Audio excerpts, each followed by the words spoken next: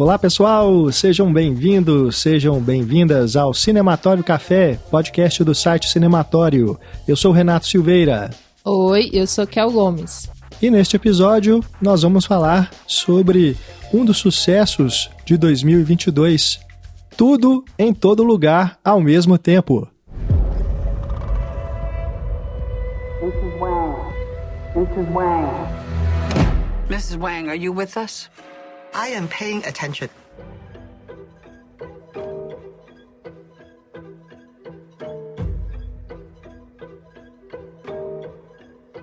Tudo em Todo Lugar ao Mesmo Tempo, filme dirigido por Daniel Kwan e Daniel Scheinert. São os Daniels, uma dupla de diretores que vem dos videoclipes, já tinha realizado antes alguns curtas e também um longa-metragem de comédia que tem a particularidade de trazer o Daniel Radcliffe no papel de um cadáver, né? Esse filme que foi lançado em 2016, que é o Swiss Army Man, e que aqui no Brasil recebeu o título de Um Cadáver para Sobreviver. Agora eles vêm com Tudo em Todo Lugar ao Mesmo Tempo, um filme que fez estreia no circuito de festivais aí no primeiro semestre e logo depois estreou nos cinemas e se tornou um dos destaques das bilheterias dos Estados Unidos, principalmente para a produtora e distribuidora A24, que fez o lançamento nos Estados Unidos, e esse é o maior sucesso de bilheteria desse estúdio, que é muito querido, né, por cinéfilos, porque aposta em filmes ousados, que tem uma proposta autoral, mas ao mesmo tempo que dialoga com esse circuito comercial. E aqui a gente está falando de um filme que mistura ação, comédia, ficção científica, aventura, kung fu e muitas outras coisas. É um filme estrelado pela Michelle Yeoh, que talvez você conheça mais por O Tigre e o Dragão, entre outros trabalhos, né, claro. E também temos no elenco Ke Huy Quan, que certamente você sabe quem é. É o Data de Os Goonies. Você lembra, né? Aquele garotinho asiático lá dos Goonies. Pois é, aqui ele faz o personagem que é o marido da protagonista. Então a gente tem esse elenco formado por atores asiáticos, completado ainda pelo grande James Hong, que é um dos atores mais longevos do cinema mundial, conhecido por vários filmes em Hollywood. Ele que está agora com mais de 90 anos já em plena atividade. Você certamente se lembra dele por filmes como Os Aventureiros do Bairro Proibido, O Rapto do Menino Dourado. Ele também esteve em Blade Runner, entre outros sucessos. Aqui ele interpreta o pai da Michelle Yeoh. Bom, a gente vai falar sobre esse filme que trata de multiverso, um tema que a gente abordou recentemente aqui no Cinematório Café, quando a gente falou sobre Doutor Estranho no Multiverso da Loucura, e também sobre outros filmes e séries que trabalham com esse conceito. E aqui, em Tudo, em Todo Lugar ao Mesmo Tempo, o conceito do multiverso é trabalhado de uma das maneiras mais criativas que a gente viu nesses filmes e séries todos. Para a gente falar sobre esse filme, que tem conquistado aí um culto dentro da cinefilia e que já é colocado aí como uma das apostas para a próxima temporada de premiações, a gente tá com casa cheia, né, Kel? Casa cheia, cada um no seu universo particular, conectados aqui pela internet. Então vamos de Ana Lúcia Andrade, queridíssima professora da Escola de Belas Artes. Seja bem-vinda mais uma vez, Ana. Ei, gente, que saudade. Bom demais estar aqui de novo. René França também, está aqui sempre com a gente mais uma vez. Estava também no podcast sobre multiverso e agora volta para falar de mais multiverso aqui. Obrigada, René, por estar aqui com a gente. Olá, obrigado pelo convite de novo. E com certeza tem algum universo em que esse filme no Brasil se chama Tudo ao Mesmo Tempo Agora, né? Com certeza. Ai, ai.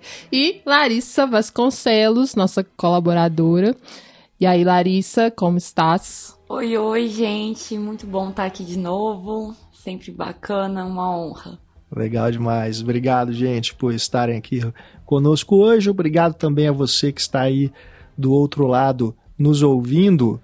Muito, muito obrigado pela companhia que você nos faz.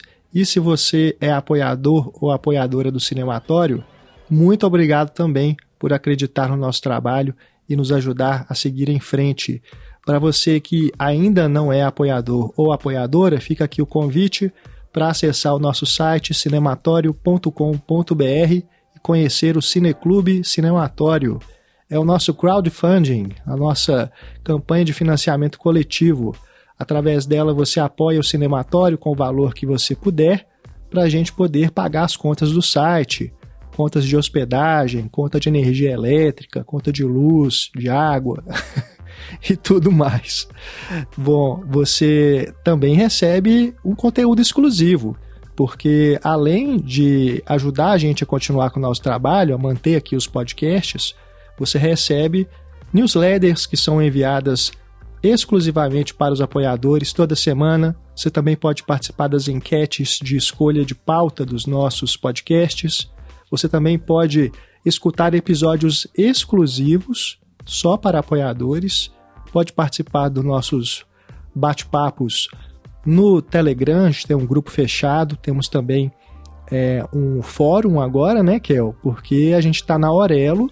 Então, na Aurelo, que é a plataforma brasileira de podcasts, que remunera os criadores de podcasts, lá você pode apoiar o Cinematório e ter acesso a essa outra área reservada, né, Kel? Pois é, bora migrar pra Aurelo, né, gente? Porque, assim, a Aurelo, ela é uma plataforma, como o Renato falou, que nos remunera. Então, a cada play que as pessoas, ao escutarem os nossos podcasts, né, cada play a gente recebe um pouquinho. E aí, ainda tem esse espaço para também fazer outras coisas, né? Inclusive o fórum. O fórum a gente acabou de estrear. É um lugar legal, assim, meio... Tem uma vibe old internet, assim, né? É verdade. Porque você... porque é um fórum é como se fosse um bloco de notas, assim. E aí você, né, coloca seu tópico lá, outras pessoas vêm e respondem seu tópico. É bem diferente de Facebook, essas coisas que tem aquele monte de coisas na tela, né? De abas e caixas e janelas e pop-ups e propaganda, não. Lá é uma coisa mais clean e mais direta. Sim, mais minimalista. O oposto do filme que a gente tá conversando aqui hoje. E aí isso me interessa muito, porque é bem focado no texto, no caso, né? Sim. No que você tá comentando lá. A gente já deixou umas 3 conversas lá puxadas, a Larissa também já puxou uma, eu puxei outra, o Renato puxou também a dele. Então, isso tá aberto a todo mundo que nos segue lá na Aurelo. Seguidores normais, né? Mesmo sem ser apoiador. Não necessariamente você precisa ser apoiador para estar participando lá do fórum, né? Mas sendo apoiador, você pode acessar umas partes que são exclusivas, né? Tem conteúdo que é fechado. Isso. E assim, além do conteúdo fechado, né? Que a gente faz os podcasts exclusivos. No caso, os últimos foram os podcasts sobre Obi-Wan, a série Obi-Wan Kenobi. Essa questão de nos ajudar a manter é muito importante, né? É assim, algo que pra mim é o principal, né? Mais do que pensar nos conteúdos extras, acho que é pensar no conteúdo que a gente faz normalmente, que ele deve ser mantido, né? Ele deve conseguir ser sustentável, inclusive, mais do que ser mantido, mas ser sustentável.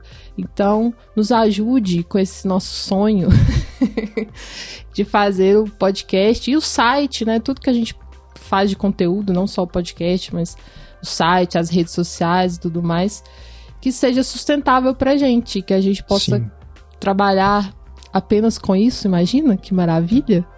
Meu sonho, gente, particular é esse, tá? Pois é bem legal e o pessoal gosta de participar, interage bastante e tem muita gente que está conosco desde o início, né? E tem sempre gente nova chegando também. Então fica aqui o convite para você se juntar à nossa comunidade. Você que gosta de cinema como a gente, tenho certeza que você vai gostar também. São valores quase que simbólicos, né? A partir de R$4, por exemplo, por mês. R$4 por mês, gente. Né? Você já ajuda para o Cinematório continuar. Faz toda a diferença aqui para o nosso trabalho. Tá bom? Então entre lá, cinematório.com.br, para você conhecer o Cineclube e fazer parte da nossa comunidade. Junte-se a nós.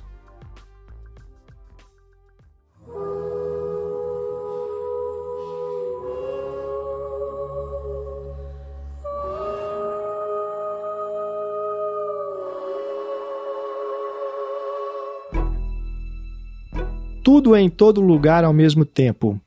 Bom, a sinopse básica, né, desse filme que vai para tantos caminhos é que temos ali a personagem da Michelle Yeoh, que é uma dona de uma lavanderia, e ela tá ali fazendo suas atividades diárias, várias atividades ao mesmo tempo, inclusive tá ali preenchendo as notas fiscais, ela tem que ir numa audiência na Receita Federal porque tem um problema com os impostos, ao mesmo tempo tem uma confusão envolvendo o marido e um suposto pedido de divórcio.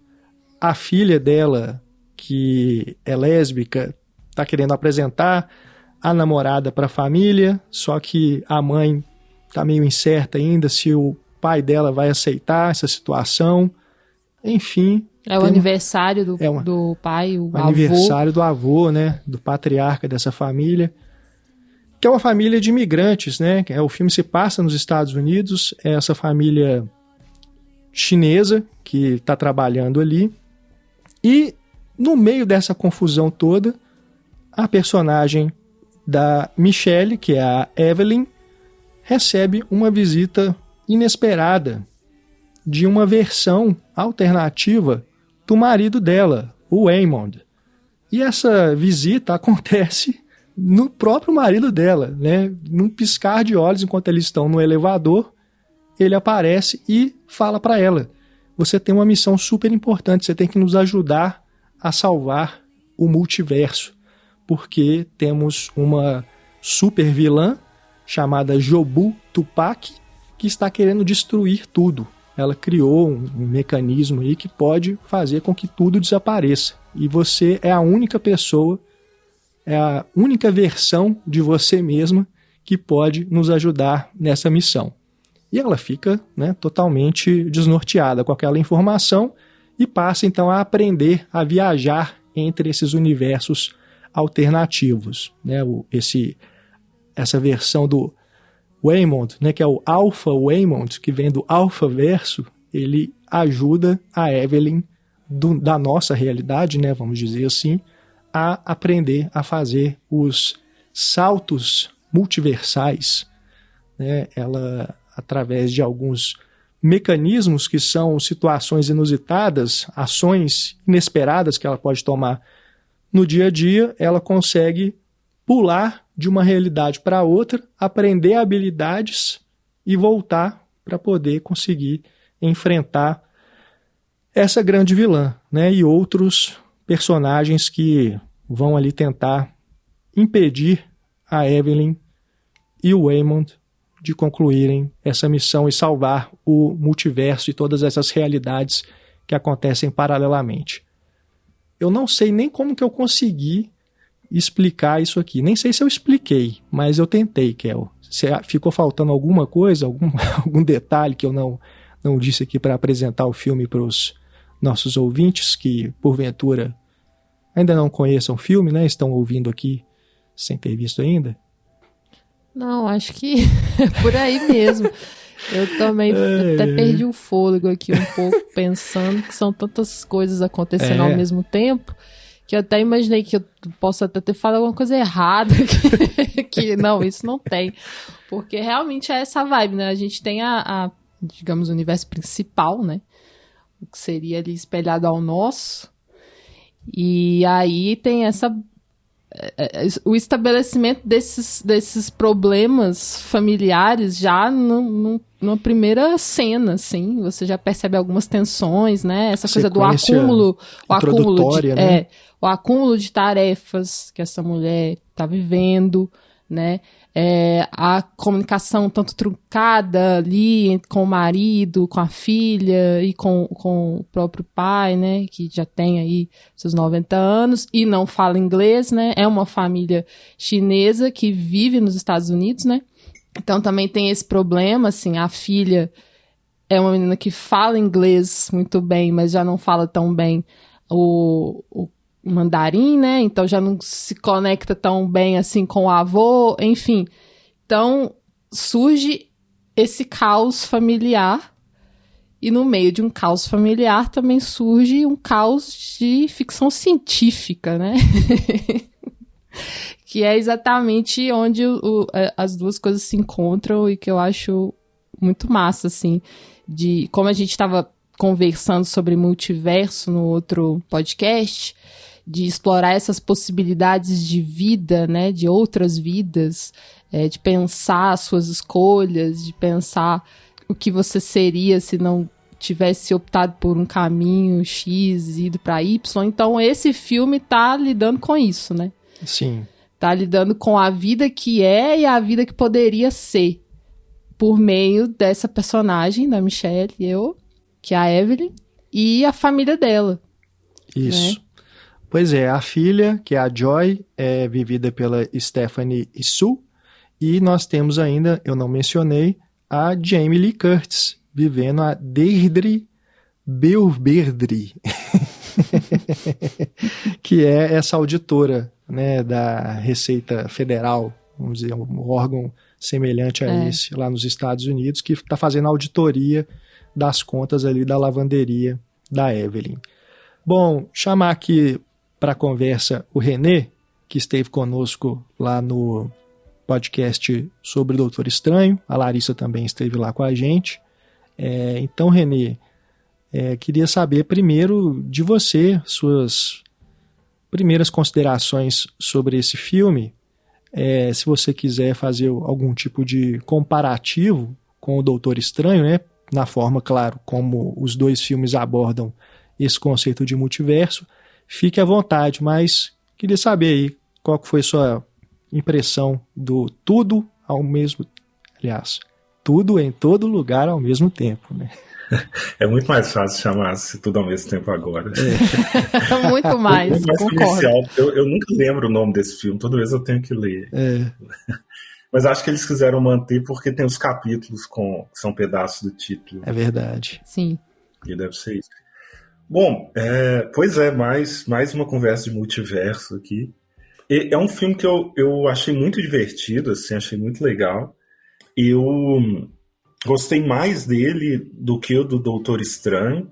É até legal o Doutor Estranho ter vindo antes, para a gente ter um pouco a comparação de como que é o multiverso limpinho, assim, da Marvel, digamos assim, né? O multiverso controlado da Disney ali. Sim, sim. E um filme que tenta ir a fundo assim, explorando ao máximo o conceito, enfim, que tem várias ideias que eu acho muito legais, e de como que eles vão no limite ali do que é permitido dentro dessa história que eles estão querendo contar, né?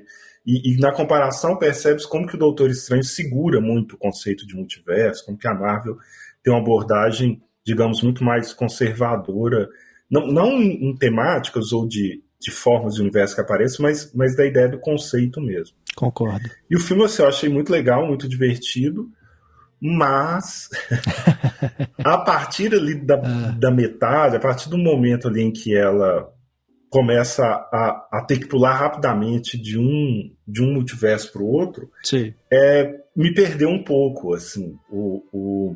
Assim, tem uma série de piadas que eu acho legal, mas que acabaram um pouco me cansando pela insistência, assim, sabe? Do tipo, eu achei isso legal, mas precisa desenvolver tão profundamente cada uma dessas realidades, dedo de salsicha, não sei o quê. E aí, enfim, é um filme que eu gostei, no geral, eu acho que ele tem muitas camadas, muitas coisas interessantes, mas, e aí é uma coisa que eu não acho que é uma questão do filme, porque eu acho que a proposta do filme é essa, mas talvez por expectativa e também por ser um tema que eu gosto muito, que eu procuro consumir todo tipo de coisa que tem a ver com essa ideia de multiverso, né? E eu gosto mais de uma abordagem que, digamos assim, que se leva mais a sério. E a proposta do filme é exatamente o contrário disso, ele vai brincar com isso.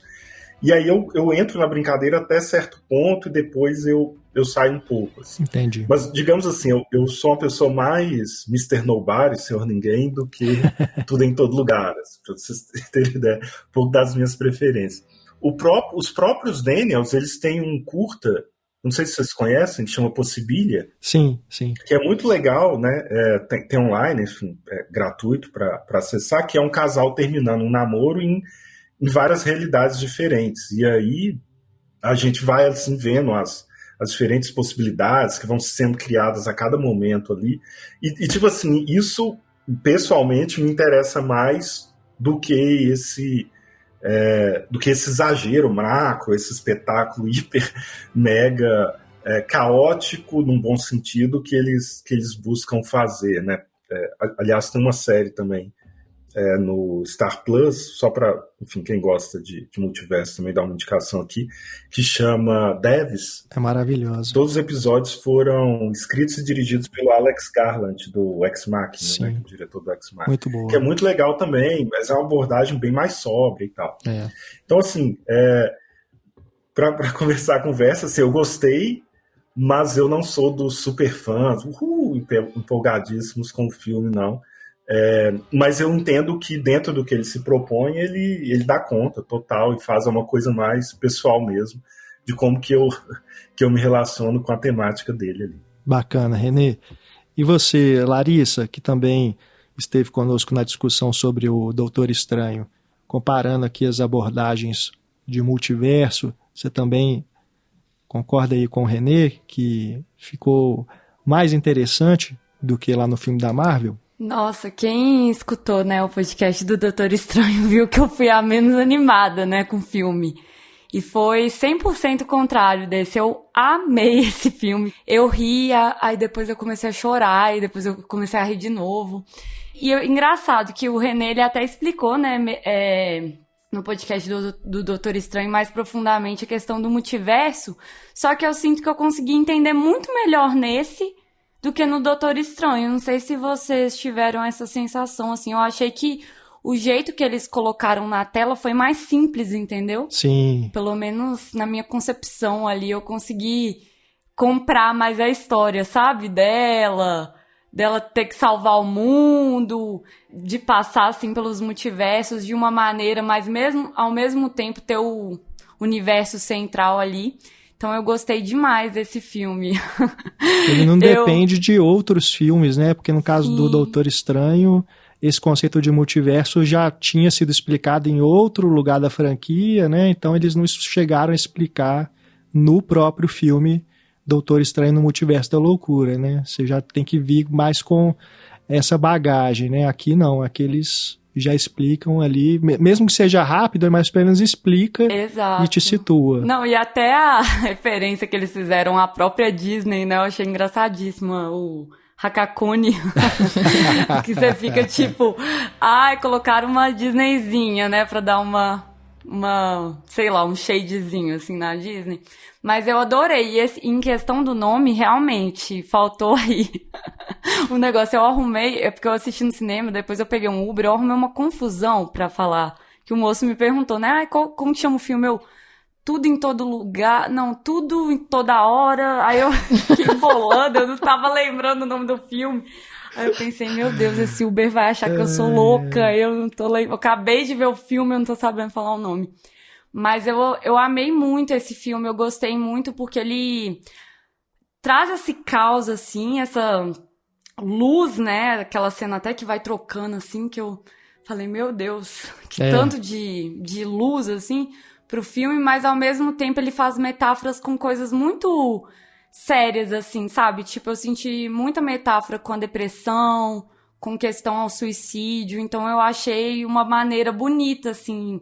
Não sei se bonita é a palavra, mas uma maneira interessante que pode trazer um pouco mais de leveza a esses temas que normalmente não são tratados com naturalidade pela sociedade, assim. Então eu achei um filme bem legal, que dá pra gente se divertir, mas pra refletir também em vários aspectos. As relações familiares também, né? Tem uma questão existencial ali sendo trabalhada que vai além desses momentos de humor absurdo, nonsense, né? Essa comédia de maluca e entre outras coisas, né? Cenas de luta, né? É um filme que se propõe à diversão, ao entretenimento, mas eu também acho que ele está lidando com algumas reflexões mais profundas. Você concorda, Ana? Você que não esteve aqui conosco no podcast Doutor Estranho, mas viu o Tudo em Todo Lugar ao mesmo tempo, e a gente queria saber sua primeira opinião aí a respeito desse filme, que é bem absurdo, né? Ele utiliza um tipo de comédia bem específico, ao mesmo tempo que está lidando com esses outros gêneros, né? Eu ouvi o podcast de vocês, vi o Doutor Estranho também. Eu confesso que essa coisa de multiverso, eu acho, pode até funcionar no quadrinho, mas eu sempre achei uma coisa de caça-níquel, de falta de ideia, assim. Sim. Que aí cabe tudo. É um problema mesmo. E aí, quando eu comecei a ver esse filme, a princípio, eu falei, que legal, vai para um caminho interessante, né? Esse caos interno da protagonista vai ser refletido na própria proposta narrativa, né, do enredo e tudo, e na linguagem, que é o uso dos recursos da linguagem, eu achei muito, muito adequados à proposta e tudo. E vocês falando aí do título, devia chamar Evelyn no Multiverso da Loucura do Ser, né? Muito porque é uma forma de mostrar esse caos, de concretizar esse caos interno, e eu acho que esse multiverso ele é muito mais usado como uma metáfora desse caos interno do que tudo, e tem essas questões profundas que eu acho que elas são diluídas. É assim, tem uma cena profunda, aí vem um batalhão de cena inócua e meio besterol e meio ação por ação, aí volta a reforçar o tema profundo, aí volta o batalhão parece que não tem fim, sabe? Então eu achei que tem uns pontos muito positivos na ideia, principalmente, a meu ver, ao contrário de vocês que gostam dessa ideia de multiverso, mas o que eu mais gostei vendo até o final é que eu acho que ele critica essa própria ideia de multiverso, que está sendo agora o caça-níquel da vez, né? Essa coisa absurda em que vale tudo, né? De qualquer maneira. Então, essa ideia que a princípio eu achei extremamente desagradável, eu cheguei a comentar, né, com vocês, que eu estava achando insuportável algumas piadas que não é a minha ideia de senso de humor, e que ao mesmo tempo essa ideia de que para você acessar o multiverso você tem que fazer a coisa mais absurda do mundo. Eu fiquei imaginando os roteiristas se divertindo, tendo ideias absurdas, as mais nonsense possíveis, para poder fazer esse link com esse universo. E essa crítica, para mim, vale o filme, assim. Porque eu particularmente não acho graça, né, em algumas coisas. Algumas coisas que eu tava achando um absurdo, eu mostrava pro Toninho, o Toninho enrolava de rir, eu não tinha esse senso de humor, né, esse sentido e besterol que foi proposto, né, eu entendo como uma proposta mesmo dos realizadores, mas não me pega pessoalmente, né, por não ser mesmo a minha ideia de humor e por eu entendo que um entretenimento que quer falar se esse filme fosse profundo, fosse como um filme tipo Drive My Car, talvez ele não fizesse tanto sucesso, né? E aí precisa recorrer a essas estratégias do entretenimento e tal para poder tocar nisso, né? Mas ele pode até funcionar como uma paródia, né? E também uma das coisas que eu mais gostei foi as referências ao cinema asiático, ao cinema do Zhang Mu, do Wong Kar-wai, feitos até algumas cenas da própria Michelle Yeoh, que é uma atriz que eu gosto demais. E tem uma visualidade muito interessante, né, que vai alternando por causa dessa premissa de mudar de foco o tempo todo. Ele vai brincando com o próprio universo cinematográfico, de gêneros e de misturas e de tendências da cultura pop. E isso eu acho interessante mesmo. E até algumas vezes bem criativo no filme, né?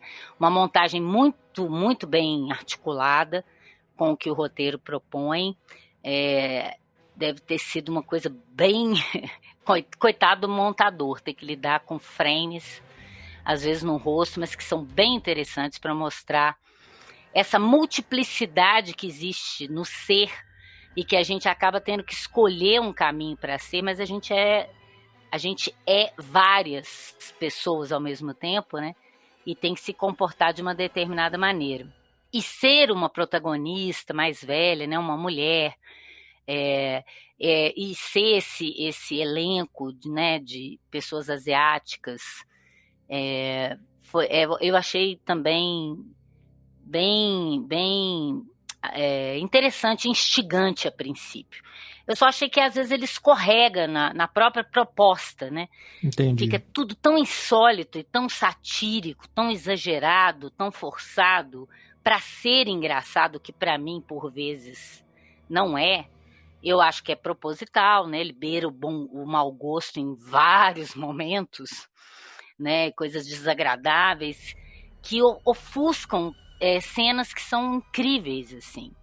Né? A melhor cena para mim, por exemplo, é a das pedras. Não, aquele silêncio com aquelas pedras, eu achei assim, um bálsamo para mim. Muito legal. E ali tá toda a mensagem do filme. Eu falei, dava para ter enxugado muita da merda que tem ali em volta, né? Para falar disso, de que e aí eu achei até essa cena que é mais profunda, ela tá também sendo uma crítica a essa ideia de multiverso. Sim. Que toda nova descoberta é um lembrete de que somos pequenos e estúpidos.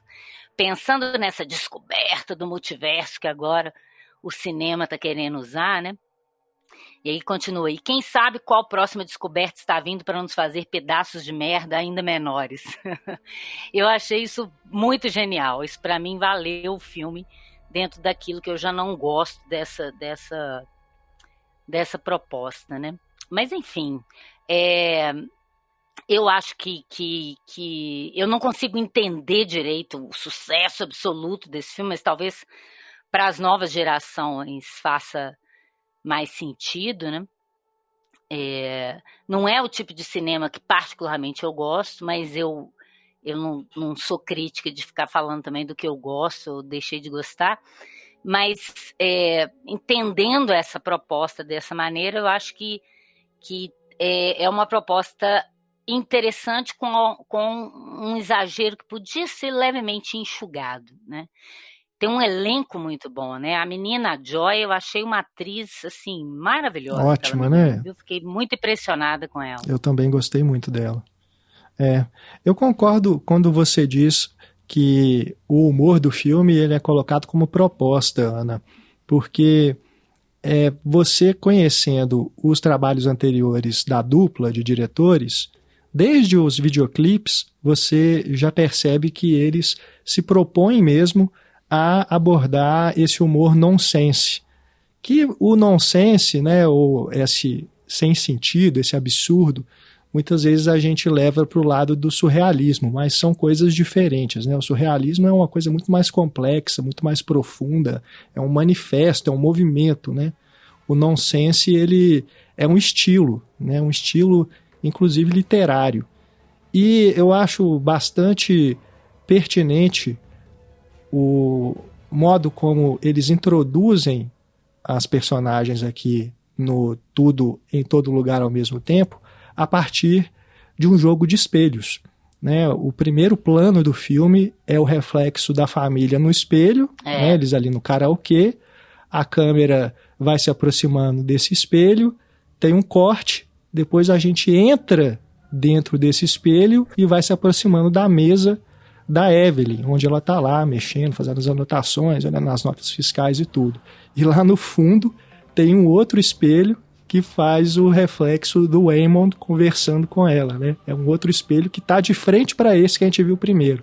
Depois, em outro momento do filme, mostra esse aposento de outro ponto de vista, a gente vê que tem um espelho de cada lado do aposento, né? Que é um lugar aberto que mistura escritório com cozinha, com sala, um monte de coisa ao mesmo tempo, no mesmo lugar, né? E você tem em vários outros momentos a presença desse espelho também em outros lugares, né? Inclusive na mesa da auditora fiscal. Espelho lembra muito o que? Alice no País das Maravilhas, né? Através do espelho. O Lewis Carroll trabalhava o nonsense, né? Então eu acho que as coisas estão bem conectadas nesse sentido.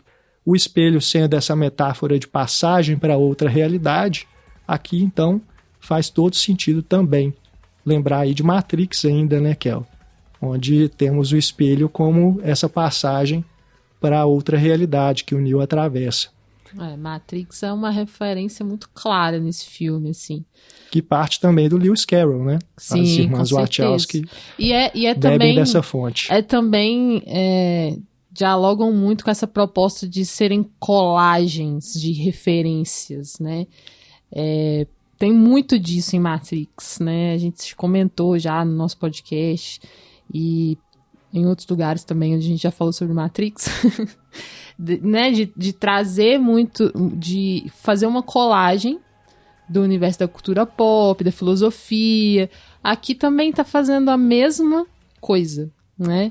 Só que de uma maneira diferente e com algumas outras referências que Matrix não tinha e trazendo essa coisa do multiverso pra, como a Ana falou, que eu também acho que é um ponto alto do filme, que é pra mostrar o interior dessa mulher, né? Como ela é, assim, como ela lida com as coisas. E várias cenas são muito diretamente ligadas à Matrix, né? Por exemplo, quando ali eles estão na Receita Federal, pra citar uma, assim, né? Que é onde ela tem o contato com o Alpha Waymond, né? Que é como se fosse ali a Trinity, né? Que vai fazer o contato. E é um ambiente burocrático, né? Um ambiente da Receita Federal. A gente tem também o Neo nesse ambiente super burocrático de onde ele está trabalhando como da tecnologia, né? Eu esqueci agora o cargo dele. Mas eu acho interessante isso, de colocar esse ambiente, sabe, burocrático ali, para ser o local onde a pessoa vai atravessar para uma outra realidade, né, pela primeira vez, assim. Que é muito um ambiente que, ao meu ver, passa uma ideia de que é onde não há possibilidade, sabe? É onde os sonhos acabam, sabe? É onde você tem que lidar frontalmente com algo duro, assim, com algo que é o que é, né? São impostos, você tem que pagar, não tem jeito. E aquilo ali é uma limitação de possibilidade, digamos assim, porque é o que vai impedir ela de seguir outros, de crescer, né? De seguir outros rumos, enfim, são as contas, os boletos, então é essa dureza, assim. Então eu acho legal que tanto em Matrix quanto nesse filme, parte desse ambiente, sabe? Desse ambiente burocrático, assim. E não só isso, mas a questão também de como que esse é o ambiente em que a ação acontece a maior parte do tempo durante o filme. Sim. Pelo menos a primeira parte, ela é inteira ali dentro, né, desse prédio. Depois também, nas outras partes, vai ter mais sequências ali, mas tudo é desenvolvido ali. Então eu gosto dessa ideia de que nesse universo, o que é a nossa realidade? É pagar a conta, pagar imposto. Exatamente. Nesse universo que a gente vive, são as nossas limitações, é né? Ele está trazendo ali possibilidades, mas também te colocando a real, assim, né? Porque existem essas limitações. Os outros universos, os personagens estão em outros lugares, né, em outros ambientes, mas nesse principal da Evelyn é a Receita Federal. É a Receita Federal. Então eu adoro essa ideia de que a vida dela é pagar imposto. É a nossa vida também. Sim. O trabalho é a vida, né? Não, e essa coisa da imigrante, a imigrante que trabalha igual uma maluca, né, para pagar imposto e não vive. Ela não pode nem ter um karaokê para ela se divertir, ela não pode ter hobby. Exatamente. E ainda eu acho massa também que os próprios objetos que estão ali naquele ambiente é que vão servir para a luta. Né? Então, é fazer do limão a limonada. Então, ali, tudo acontece ali porque é onde ela vive, é o que ela tá tendo que enfrentar no presente, assim. E quando a Ana falou dessa crítica, né, ao multiverso, acho que ele também tá tentando mostrar pra gente o quanto é importante a gente estar mais presente, né? Tentar estar mais presente e menos flutuante em tantas distrações, sabe? O quanto que é ruim pra ela, né? Porque assim, ela não é por causa dos multiversos que ela se torna distraída. Você percebe o quanto que ela está em outro mundo, como que ela tem uma falha de comunicação com a família e como que ela está sobrecarregada. Então, assim, é muito essa metáfora também, né?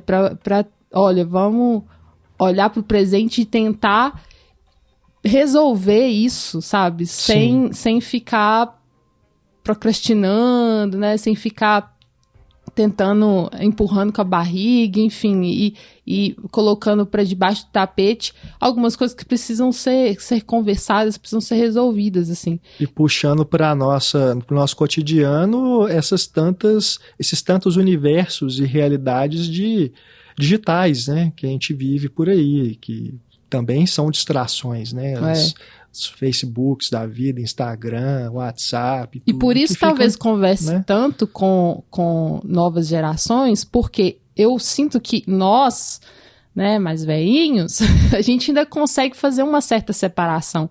Eu consigo facilmente ficar uma semana sem entrar no celular, sem entrar na internet, sabe? Sem estar em contato. Eu consigo ficar offline de boa, mas eu percebo que muita gente da nova geração não consegue. É algo que dá ansiedade para as pessoas mais jovens, porque elas já são nativas digitais, já faz parte da vida delas desde que elas nasceram. Então, assim, estar offline é algo, sabe, diferente, assim. Então, eu acho por isso que se conecta também muito, muito facilmente com quem é da nova geração. E olha que ainda nem entramos direito no metaverso, hein? Jesus. Outra realidade que tá vindo por aí, né? Uma já é complicada de lidar, eles estão querendo te fazer lidar com várias. Agora, essa questão dos espelhos também eu gosto muito e queria ouvir vocês a respeito disso, porque além de representar essa passagem para outra dimensão, né, ter esse simbolismo, ainda tem aqueles momentos em que tem o espelho estilhaçado, né? Então é outro momento em que é usado isso visualmente para representar o que ela está vivendo ali, dividida entre tantas realidades, alguns momentos vivendo esses universos, né, ao mesmo tempo. Enquanto ela está em um, ela está vendo o que está acontecendo no outro, né? Isso é muito maluco. Então, é outra parte, outro mecanismo, né, narrativo que eles utilizam, que eu gosto bastante. E, de novo, puxando algo que a Ana tinha mencionado, de como que eles são muito hábeis na utilização desses recursos na montagem, na fotografia, de encontrar soluções no cenário, né, que não dependem tanto de efeitos especiais, de computação gráfica nem nada, né? Eles resolvem as coisas de uma maneira muito econômica e criativa, né? Eu gosto muito disso. Me lembra também no uso dessa coisa low-tech, sabe, da tecnologia, assim, que usa umas coisas que não são de alto desempenho, essas coisas de ficção científicas mais avançadas, futuristas, né, são coisas do presente usadas ali de uma maneira bem caseira, né, vamos dizer assim, artesanais. Me lembra muito o Michel Gondry, sabe, se a gente pensar aí no Brilho Eterno de uma Mente Sem Lembranças, que tem aquela empresa que faz o apagamento das memórias, como que a tecnologia é utilizada ali e também a forma como Michel Gondry usa a montagem, usa as perspectivas, né, truques óticos. Eu acho que os Daniels, eles estão bem nesse estilo também, sabe, de direção. Eu gosto muito disso. Você gosta, René, da forma como eles resolvem isso nas cenas para poder representar, por exemplo, uma mudança de um universo para o outro? Às vezes um personagem que está vindo de outra dimensão encontra com esse. Às vezes só de mudar a luz do cenário em que eles estão, eles já transportam a gente para dar uma outra textura, né, para aquilo que a gente está vendo ali. Sim, nossa, eu gostei muito e eu pensei exatamente, acho que é a mesma coisa que você. Eu fiquei pensando assim, nossa, isso parece Matrix dirigido pelo Michel Gondry, assim.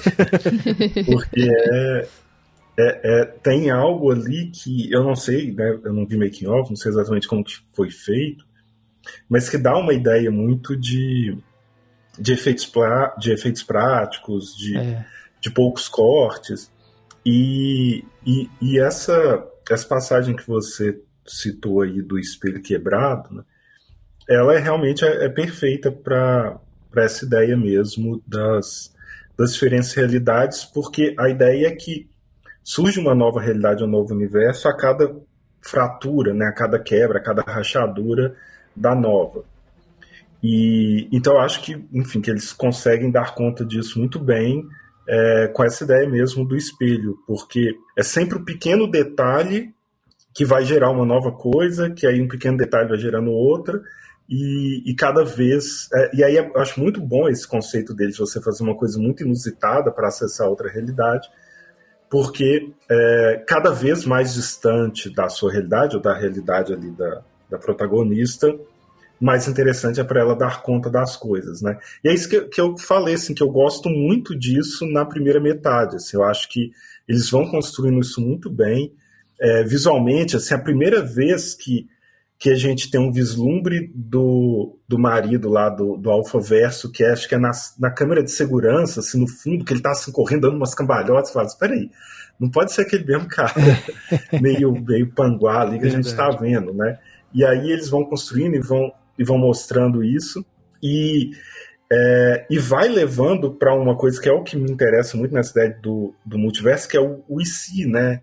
E se ela não tivesse casado? E se ela não tivesse saído da China? E se ela contasse para o pai sobre a filha? E se ela não contasse? Enfim, todas as questões, todas as dúvidas, todos os momentos que todo mundo que está vendo o filme já passou e fica imaginando assim, se tivesse feito aquilo, isso e não aquilo, né?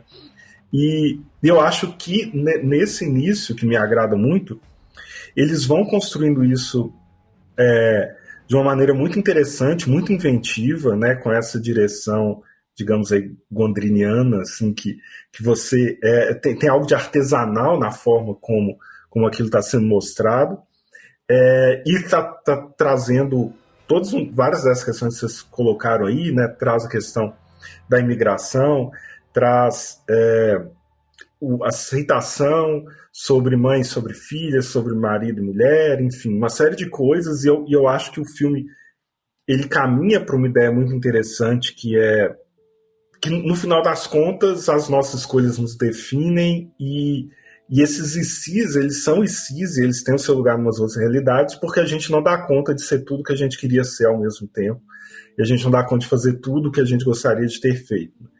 Mas aí é isso que eu concordo um pouco com a Ana, que eu acho que a partir da metade, quando ela começa a precisar pular nas outras realidades, me lembrou um pouco Sense8, né, dela precisar buscar em outros mundos ali habilidades para ela conseguir se livrar daquela situação. Me parece que toda uma discussão que é mais filosófica, que é mais até dramática, melodramática, ela vai sendo esvaziada para a comédia de ação. E aí eles fazem realmente uma comédia de ação muito bem competente, né? Assim, é espetacular, as lutas, as coreografias, o filme, eu gosto da direção, gosto das lutas, gosto de algumas questões inusitadas que eles trazem ali, que é muito homenagem ao Jack Chan, né? Só que assim, tem toda uma discussão e uma temática que ela meio que é suspendida assim, para a coisa virar uma coisa muito divertida mesmo, e muito...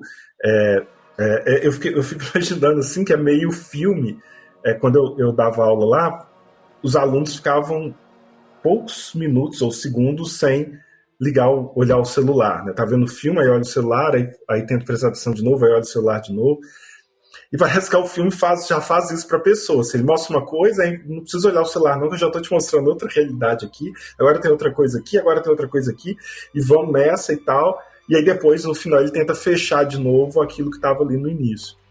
Mas eu acho que ele acaba não aprofundando em nenhuma dessas grandes temáticas ou grandes discussões que ele se propõe no início, porque ele faz uma opção de ir para essa quase que uma exploração de todo o cinema de ação possível e dentro de realidades variadas. E tem um momento assim que tem um corte que é muito legal, assim, para mim é um dos momentos marcantes do filme, que está no rosto dela, e eles vão picando rapidamente assim para o rosto dela em todas as realidades, né, que é muito rápido. Sim. Tem uma que é até uma animação ali no meio, né?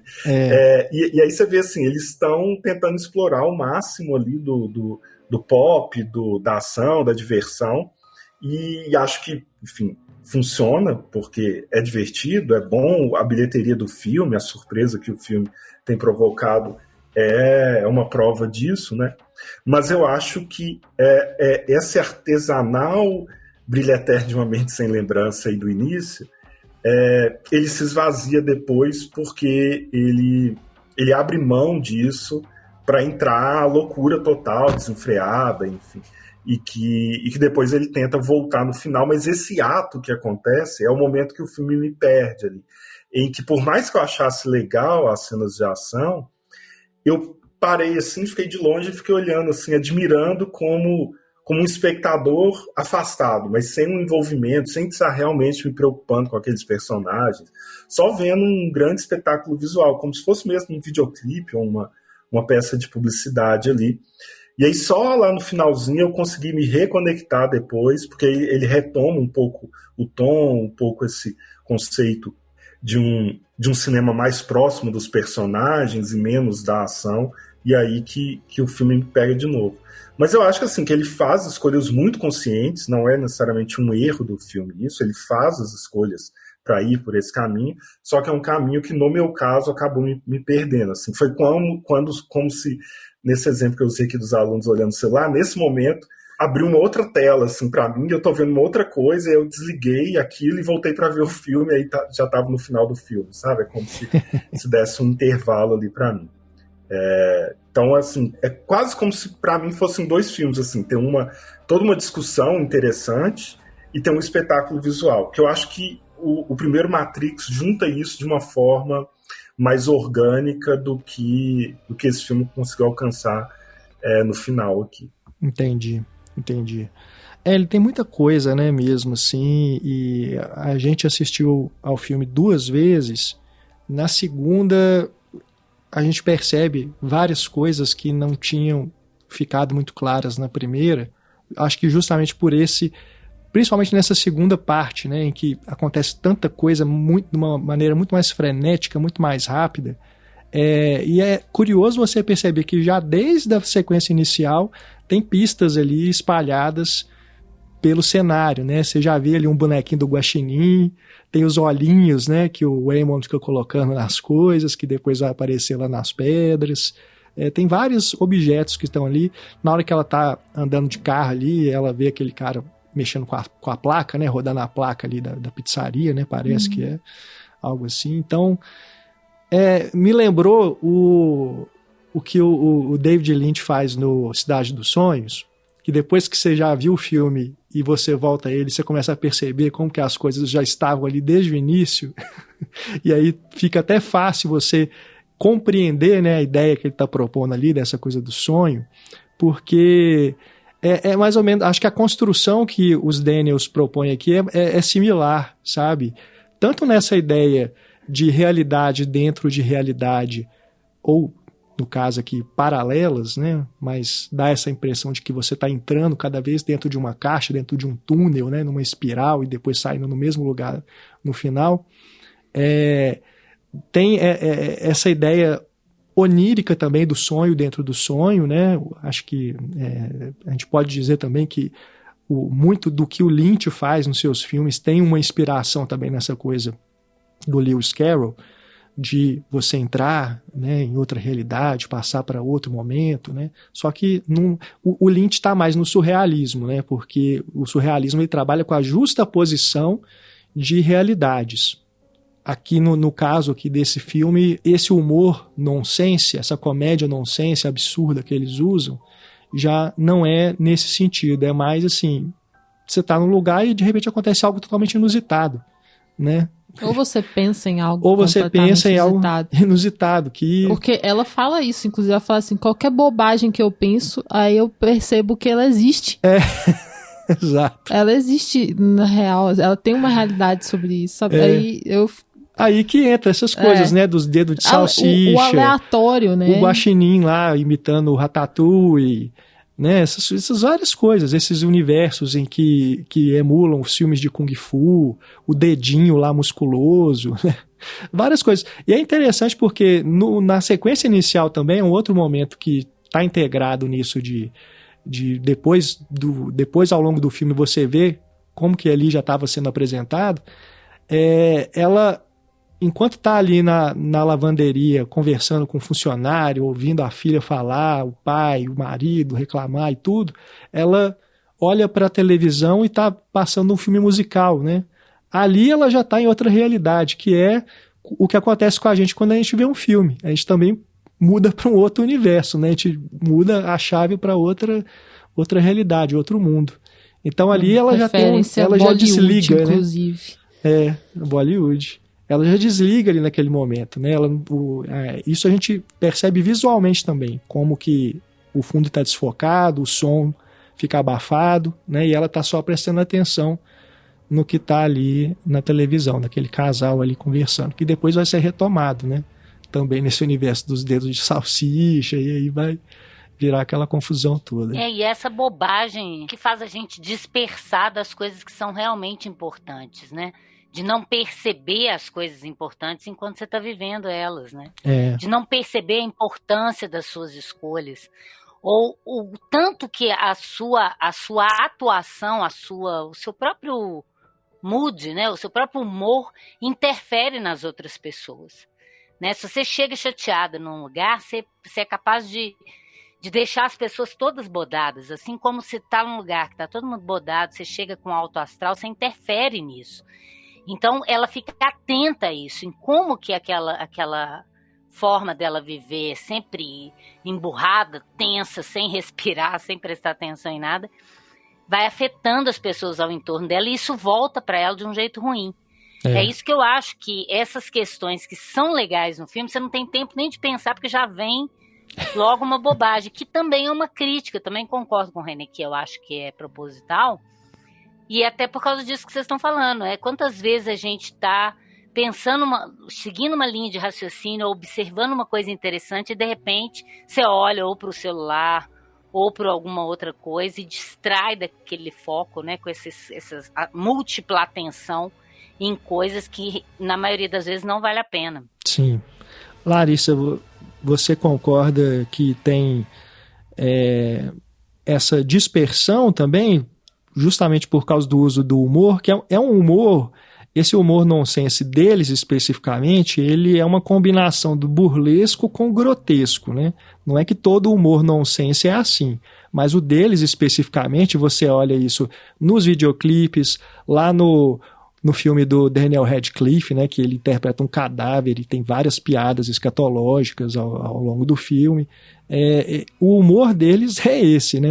Não é simplesmente um besteirol à la Adam Sandler e companhia, mas eu acho que é um besteirol que está aplicado nesse absurdo, sabe? Nessa comédia nonsense, que aí já é algo que me agrada mais, mesmo que parta em muitos momentos para escatologia também. Mas eu acho que tem uma aplicação, sabe? Não é simplesmente lá o Adam Sandler fazendo piadinha grotesca uma atrás da outra, né? E eu acho que também até, como se diz, talvez a realidade mais, assim, absurda talvez foi aí dos dedos de salsicha. Também eu acho que eles ajudam a reforçar a narrativa principal, né? Que é ela tentando encontrar a filha dela, né? Porque no primeiro momento ela acha que aquela... Eu esqueci o nome dela, um nome diferente lá da vilã, entre aspas. A Jobu Tupac? Jobu. Isso, da Jobu. Ela mesmo fala de diferentes formas o nome, né? Ao longo do filme. Até ela acertar, ela erra várias vezes. Porque eu senti que, tipo, até esse nonsense absurdo reforça essa narrativa que a Jobu tava querendo mostrar pra ela, né? Sim. De, tipo... Por que a gente tem que ficar aqui se olha isso, sabe? Olha isso, que absurdo, que nada faz sentido, né? Aquela coisa bastante, assim, niilista mesmo, né? Nada faz sentido. Só que aí ela mostra pra ela que tem uma forma leve de nada. Se nada faz sentido, então tá tudo bem sempre, né? Porque uma leva todas as realidades pra uma maneira bem pesada, né? Tanto é que a pedrinha rola ali pro precipício. E ela, quando ela se conecta com o marido dela, né, de uma forma mais verdadeira, ela vê que não, que a gente pode, em pequenos gestos, talvez nos conectar com outras pessoas e trazer uma certa leveza, né? Então, eu gostei muito dessa cena. Eu acho que a cena que eu mais gostei foi essa da escada, assim, que tem a rosquinha lá, que é tipo buraco negro, e a menina, ela tá indo pra esse abismo, né? E ela tenta resgatar ela, mas aquele diálogo também, tipo, me deixa ir, porque eu preciso ir, eu acho que é muito importante, porque às vezes a gente também tá vivendo aí nesse mundo de super distração, né, tecnológica, celular, WhatsApp e tudo mais, só que às vezes a gente precisa, cada pessoa tem um momento diferente, né, e às vezes a gente parece que quer que as pessoas, elas estejam na mesma vibe também, né. E aí, isso eu achei interessante. Então, não me incomodou tanto, sabe? Quando eu vi. Primeiro eu fui ficando, tipo, achando engraçado. E depois que eu fui vendo essas questões, igual das pedrinhas conversando e tal, que a Ana até citou essa cena, também foi uma das minhas preferidas, que eu acho que o filme vai fazendo sentido, sabe? Com a mensagem que eles querem passar. Porque no primeiro momento, não dá pra perceber isso. Eu achava muito engraçado quando o Raymond Alpha falava com ela que, tipo, ela era escolhida porque ela fracassou de todas as formas, e como isso era levado numa boa, né? Porque eu falo, nossa, se alguém falasse isso pra mim, eu já ia estar chorando. Tipo. Você é a pior versão de você mesma. Ainda tá zoando com os super-heróis, né? O cinema de super-heróis, assim, porque essa super-heroína aqui, na verdade, é a pior versão. Exato. Só que até na pior versão, ela tem ali um sentido, né? Porque aí ela acabou criando esses vários universos muito próximos dela, né? De várias frustrações que ela teve, de várias coisas que ela não conseguiu realizar. Então ela consegue acessar essas realidades e ter essas habilidades, sim. Sim, e também as partes, né? Que ela tem esses diálogos que eu acho muito engraçados, assim, com ele. Quando ele vai falando essas verdades, assim, sem nenhum preparo pra ela, que é a parte que ela descobre, né, que ela tá tão desconectada que ela não percebeu que o marido dela queria divorciar, né? Aí que ela descobre que a realidade dela sem ele era, sei lá, 1000 vezes melhor. É muito, muito bom que ela vai tentando falar com ele não entendendo nada, né? É verdade. Que ela fala, a minha vida era maravilhosa, ia ser ótimo se eu não tivesse vindo com você e tal. Eu gosto... essa relação dos dois é muito interessante mesmo, nas diferentes versões dela, né?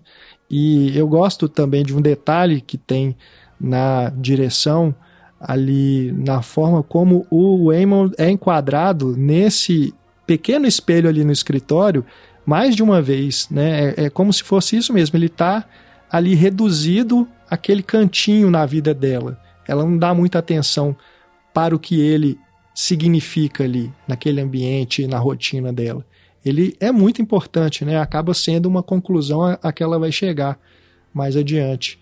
Que a forma como ele age, né? De ver o lado bom das pessoas, de ser bondoso, de conversar, ter paciência, né? É algo que traz um equilíbrio muito saudável para a vida dela e que ela devia valorizar mais. Sim. Então, eu acho bem interessante, né? Apesar de ela chegar a essa conclusão em um momento que se ela não tivesse casado com ele, a vida dela ia ser maravilhosa. Ela tem, de depois ela vive a outra vida, isso, né? Isso é algo que, tipo assim, na sua cabeça você imagina, como seria se eu tivesse feito aquilo e não isso. Mas no caso do filme ali, ela tá sendo levada a enxergar a ver, como que seria, entende? Então ela ficou frontalmente diante desse conflito, né? E nesse caso também, eu acho que ela usa aquilo também pra falar, pode pedir o divórcio, que é no primeiro momento que ela vê que ele quer divorciar dela, né? Tipo assim, você tá pedindo divórcio, minha vida ia ser maravilhosa sem você. E aí depois... E a dele também seria melhor sem ela, né? Quando eles se encontram lá naquela festa. Sim. Ele tá super bem. É muito legal aquele universo. Ela inclusive se surpreende, né? Se surpreende com isso. Aquele universo ser igual o Amor à Flor da Pele, e ele ser um homem mais interessante, aquilo é muito bom. É ótimo. E eu gosto... Eu sinceramente, me identifico muito com o Waymond. Nesse lugar de gentileza, de tentar ver mais o lado positivo das pessoas. E aí, eu até vou chorar um pouco, porque eu me emociono quando... É um filme que eu choro, assim, de boa.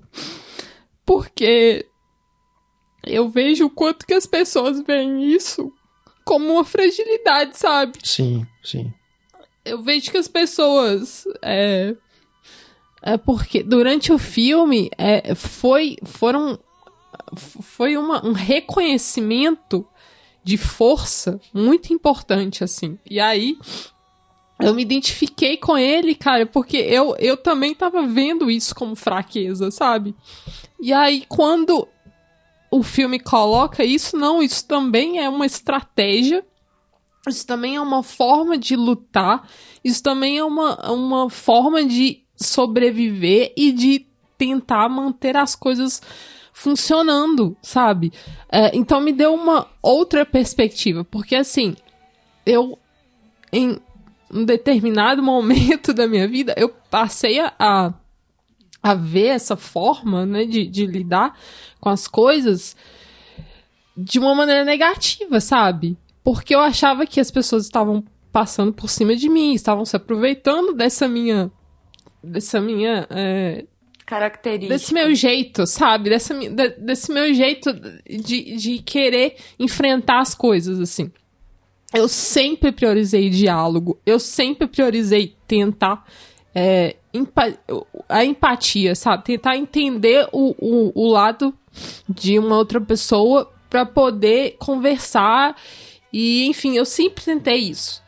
E sempre tentei a gentileza, sempre tentei ouvir mais do que falar. E ao longo da vida, assim, eu fui percebendo que não, as pessoas não veem isso como algo legal. Elas veem isso como uma oportunidade pra passar por cima de mim, pra se aproveitar de mim, ou pra não achar que eu tenho força, pra achar que eu sou apenas uma pessoa sensível e que não luta, sabe? E aí o filme, ele traz essa discussão, assim, de uma maneira tão bonita, né? Porque todos esses universos pelos quais ela passa, ela começa como uma pessoa que você não simpatiza de cara. Porque você vê o quanto que ela tá distraída, né? O quanto que ela tá submersa nos problemas e nas tarefas. Então ela não percebe o que tá acontecendo com o próprio marido, não percebe o quanto que a filha dela tá sofrendo, né? A filha dela, quando fecha o carro e se despede dela, a menina chora muito. Então, assim, você não começa gostando dessa mulher de cara, porque você vê o quanto que ela tá desatenta. Mas ela vai atravessando todos esses universos, e eu concordo muito com o que a Larissa falou, de que, por mais que alguns deles sejam ridículos e sejam completamente... Tem umas escolhas de humor que são... realmente não agradam a todos. A mim, por exemplo, eu detesto aquela parte do cachorro. Usar o cachorro como arma. Crueldade. Aquilo pra mim foi cruel, assim. Eu falei, caramba, não. Aí não, foi demais pra mim. Mas é bem isso, assim, que a Larissa falou, porque elas estão buscando uma outra, na verdade. E nisso também, essa mulher, ela tá revendo, né? Ela tá tendo uma possibilidade de rever essas relações e rever essas pessoas, rever a filha, rever o marido de uma outra forma. Então ela passa a rever o marido dela, tipo, ele não é uma pessoa fraca, não é uma pessoa boazinha e que estraga as coisas, porque a todo momento ela fala, olha lá, ó, meu marido já tá estragando, o que você tá fazendo aí, o que você tá falando aí, desconfiada do que ele tá fazendo, sendo que ele tá salvando o dia, simplesmente, ele tá salvando o dia delas, assim, porque é ele que consegue convencer a agente da Receita Federal a dar mais tempo, né? Com a conversa dele, com os biscoitos dele, que ela acha bobeira, que ela acha... olhinhos. Com os olhinhos. Então, assim, aí por isso eu me emociono, porque, assim, é um lugar onde eu sempre tentei também mais comunicação com as pessoas, nesse lugar da gentileza e da empatia, e que com o passar do tempo eu fui vendo que era ruim, sabe? Só que aí o filme voltou a me colocar, não, isso é bom, isso também é uma forma de lutar, isso também é um jeito que a gente precisa resgatar, sabe? E o mundo tá tão duro, tá tão difícil, que eu acho que todas as pessoas que são assim, elas estão perdendo, sabe? Sem dúvida.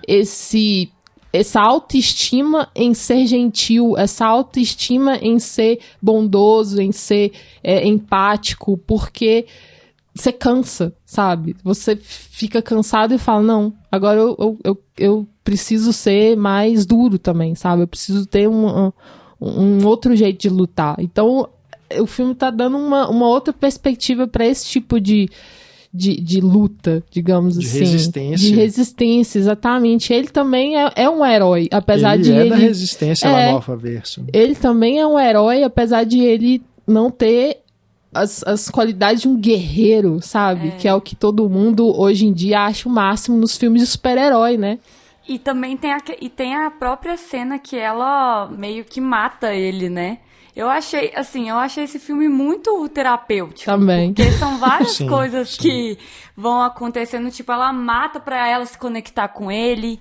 E aí ela também tem aquele insight que ela lembra quando eles se apaixonaram. E aí você vê toda a trajetória dos dois até eles terem a filha deles. E aí ela lembra da filha dela pequena. Tipo assim, parece que ela chega num ponto da vida dela do tipo... Cara, como que eu fiquei assim, sabe? Porque ela tava vivendo...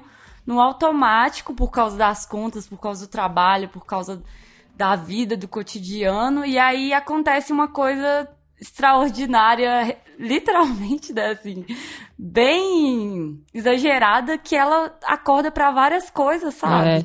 Dá uma sacudida, né? Muito bonito. Dá uma sacudida. Exato. E eu tava pensando nessa realidade das salsichas, né?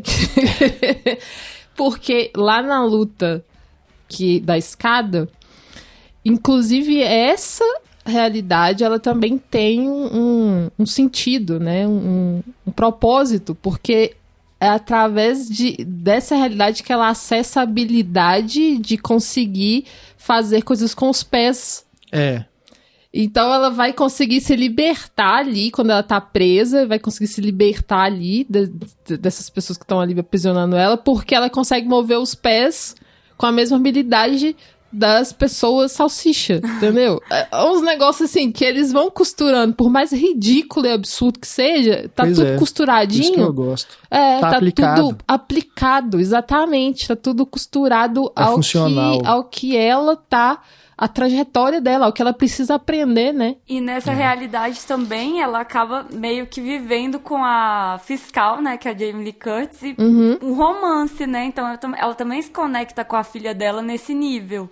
Sim, verdade. Perfeito. De amar outra mulher, né? Sim. Pois é. Achei isso lindo também.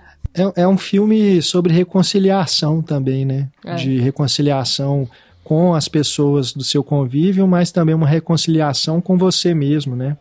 Então, acho que o outro objeto recorrente que a gente vê ali durante o filme é o círculo, que está em vários momentos, né?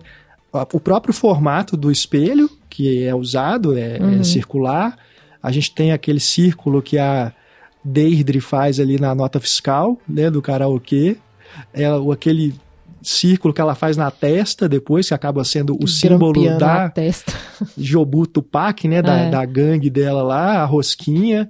Em vários momentos do filme esse círculo está presente.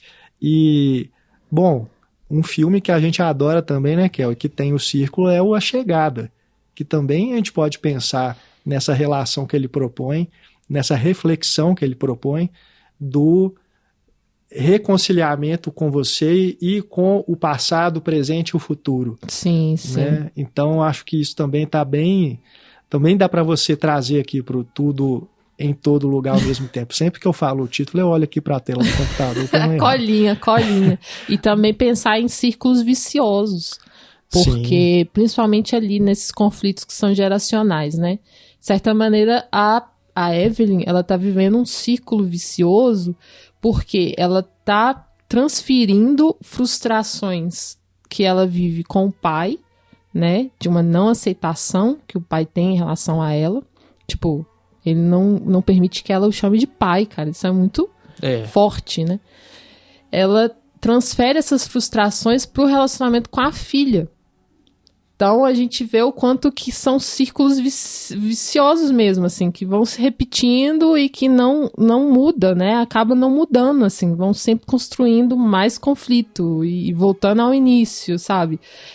Então, é preciso quebrar com esses círculos viciosos, né? Então, também acho que dá para fazer essa leitura em relação aos círculos aí. Eu gosto muito da tendência atual de filmes de relacionamento mãe e filha. Curiosamente, tá tendo muito, né? E assim, muito que eu falo tá tendo recorrência, né? Poderia ter bem mais. Assim.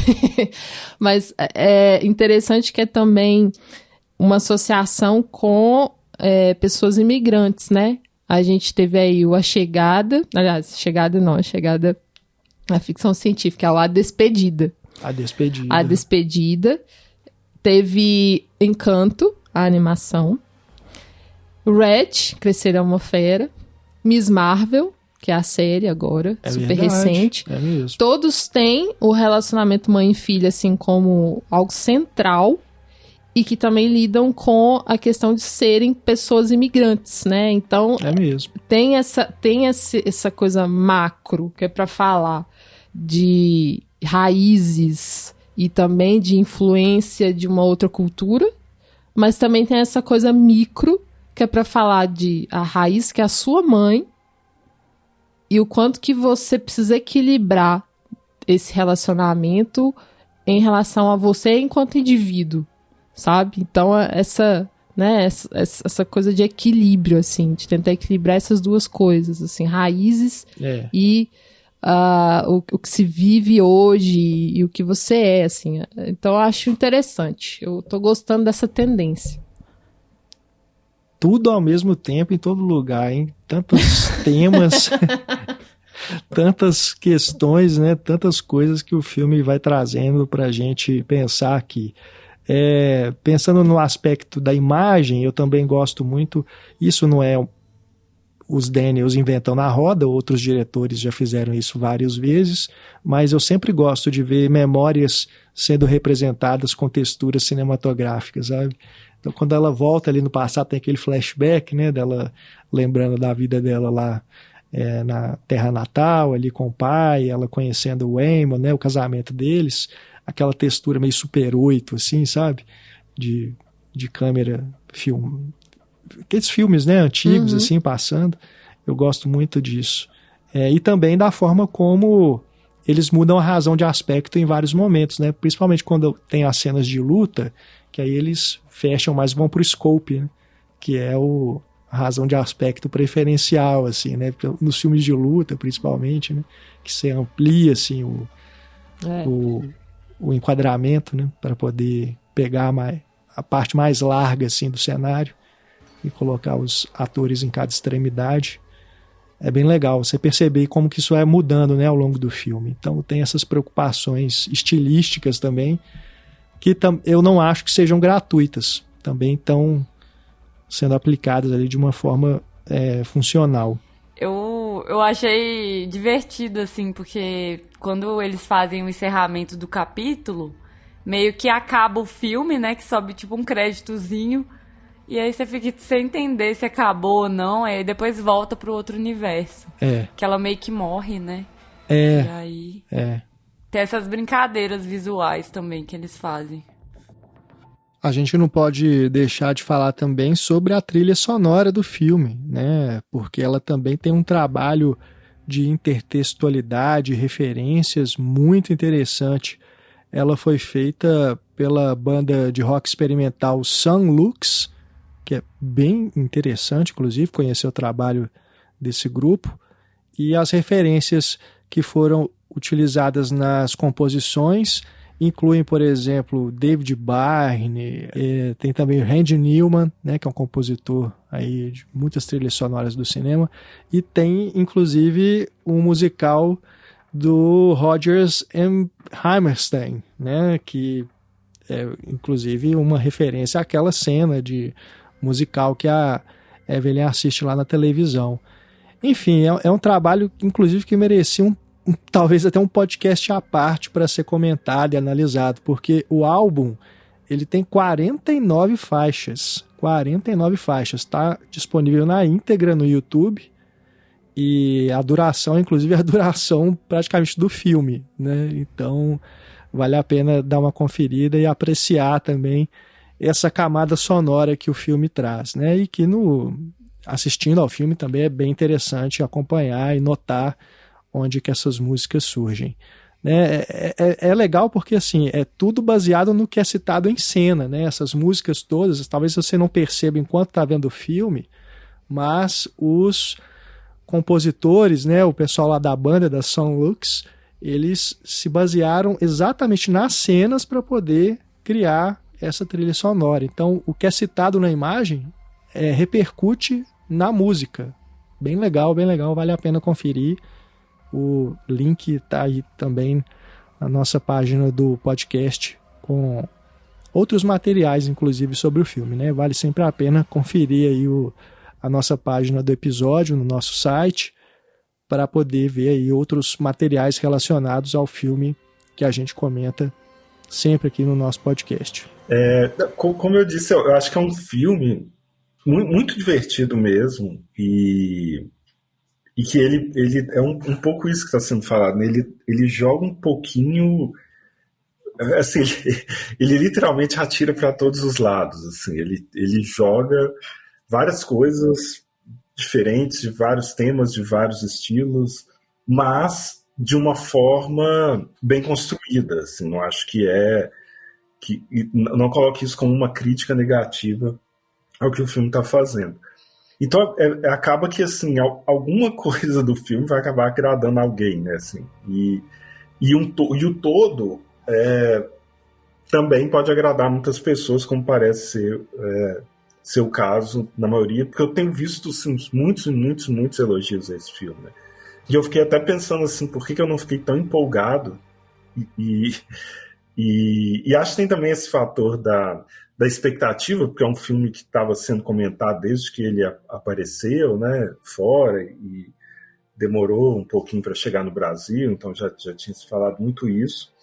Eu evitei de ver trailer, então eu não estava esperando nada assim, de estilo e tal, então foi uma surpresa, e no início uma surpresa agradável, mas depois, assim, como eu disse, ele me cansou um pouco com a hiperatividade dele, sabe?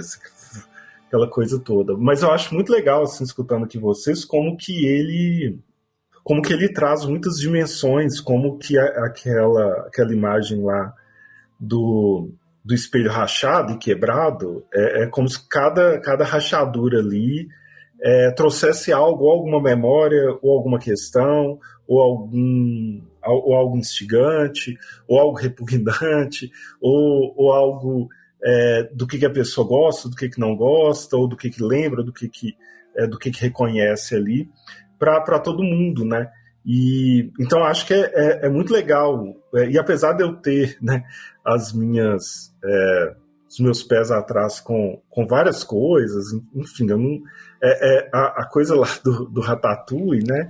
Eu acho que é legal, é tipo isso, assim, que é um dos meus contos. Eu acho legal com piada, mas aí eles vão até o fim, vão contar vão fechar aquele arco, né? Que por um lado é legal, mas eu fico assim, nossa, mas... Não é só uma piada, né? Tem um universo todo para aquilo.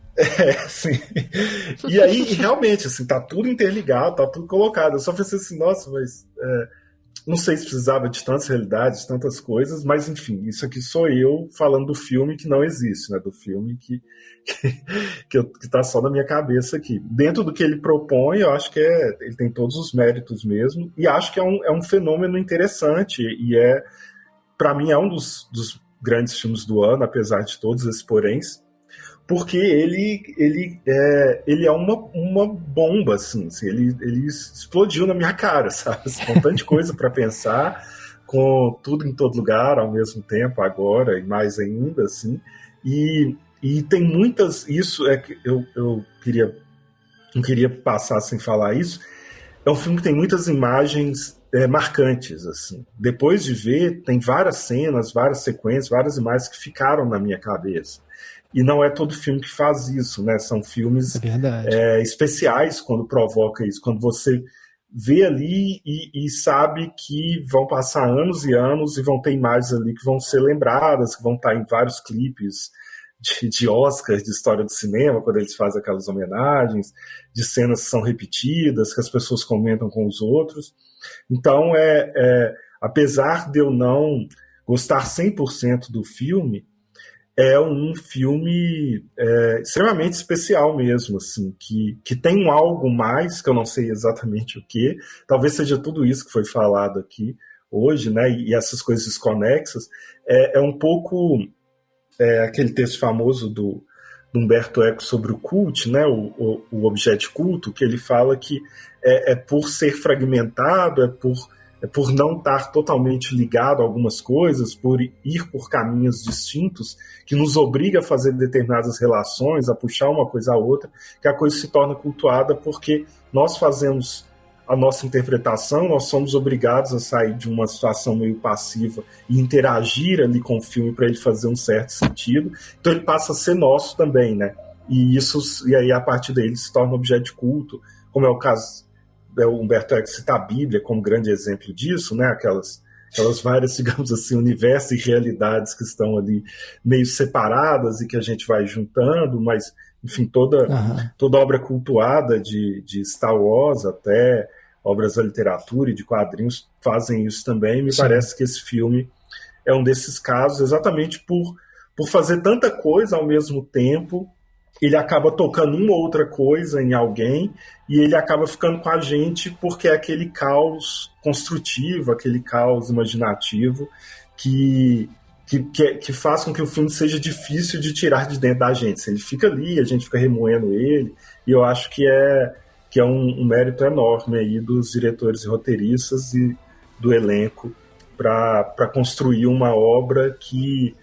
para provocar tanto debate, tantas conversas, e que ainda vai provocar mais para frente, com o passar do tempo, a cada revisão, a cada nova pessoa que assistiu o filme e vier comentar com a gente. Então acho super legal ter esse filme nesse momento que a gente está e que a gente fica sonhando com universos paralelos para a vida e para o país, e tá um filme aí que traz de um jeito muito diferente, que foge da fórmula Marvel, um assunto que, como a gente comentou no outro programa, parece que a moda do momento veio para ficar, e talvez este seja aí o primeiro, digamos assim, o primeiro clássico do tema multiverso aí no cinema a partir de agora.